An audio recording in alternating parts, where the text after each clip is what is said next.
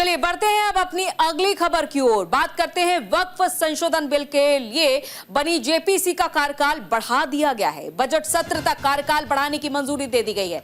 Speaker Om Birla ने प्रस्ताव स्वीकार कर लिया है। जो मांग अभी तक उठाई जा रही थी वक्फ बिल संशोधन के लिए, जो जेपीसी गठित की गई थी, कार्यकाल बढ़ाने की मांग की जा रही थी, और अब ये प्रस्ताव स्पीकर ओम बिरला ने स्वीकार भी कर लिया है। यानी कि अब थोड़ा और लंबा समय लग सकता है।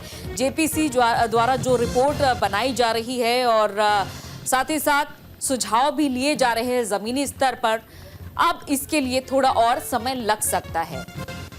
तो स्पीकर ओम बिरला ने प्रस्ताव भी स्वीकार कर लिया है। इसके लिए वक्फ बिल संशोधन के लिए जेपीसी का गठन किया गया था, क्योंकि विपक्षियों की ओर से मांग भी उठाई गई थी इसको लेकर। अब जेपीसी के कार्यकाल में बजट सत्र तक समय लग सकता है।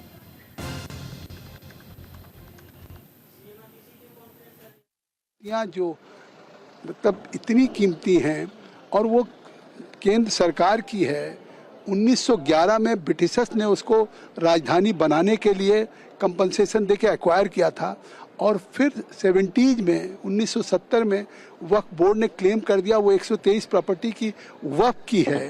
तो ऐसी परिस्थितियों में फिर 2014 में जिस दिन इलेक्शन डिक्लेयर हो रहा था, उस समय की सरकार ने एक कैबिनेट करके कि हम ₹1 प्रति एकड़ पर एनम हम उस 123 प्रॉपर्टी को दे रहे हैं और हैंडओवर करने की, वो कोर्ट ने स्टे कर दिया। नहीं तो आज 1 लाख करोड़ से ऊपर की गवर्नमेंट की प्रॉपर्टी आज पीसी का टाइम बढ़ाया जाना ही चाहिए। उसमें जब चर्चा ही पूरी नहीं हुई तो आपने अगर औपचारिकता मात्र के लिए जेपीसी बनाई थी फिर तो मैं कुछ नहीं कह सकता।